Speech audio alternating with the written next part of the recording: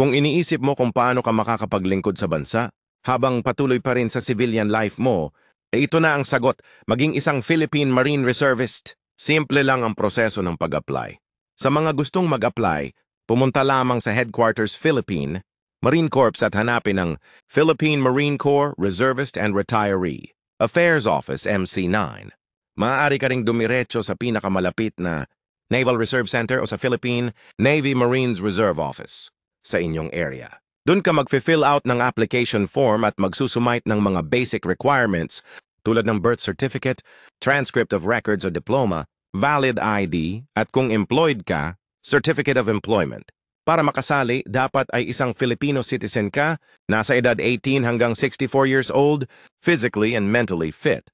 Walang derogatory record o pending criminal case, at higit sa lahat may willingness to serve. Bilang Marine Reservist, marami kang benepisyo.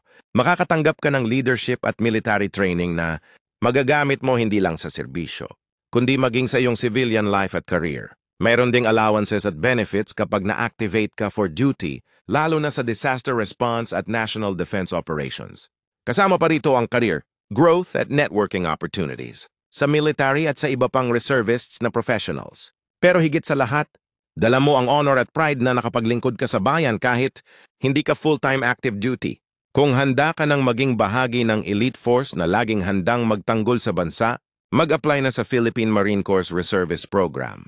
Tandaan, hindi lang ito tungkol sa pagiging sundalo, kundi pagiging bayani sa sarili mong paraan. Once a Marine, always a Marine, kahit reservist ka pa.